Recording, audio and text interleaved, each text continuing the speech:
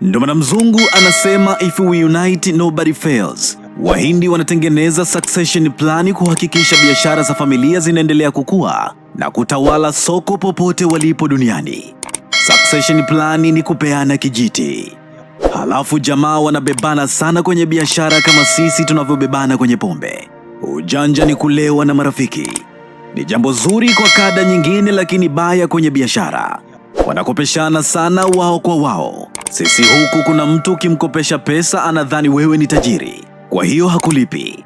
Ukimkopesha ndugu yako ndio kabisa, yaani sijui anadhani kuwa wewe una kiwanda cha pesa au la. Ukitaka shari dai chako kwa ndugu yako. Yaani tunadidimizana haswa sisi Waswahili. Ajabu, mtu unayemdai unakuta mahudhurio yake kwenye bata lako tu. Hii ni dharau na roho mbaya kwa sana. Unakopa benki kulipa hadi watishie nyumba yako kupigwa mnada. Bure kabisa.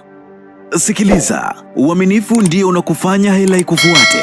Janja ujanja ni kichocheo cha kubaki masikini daima.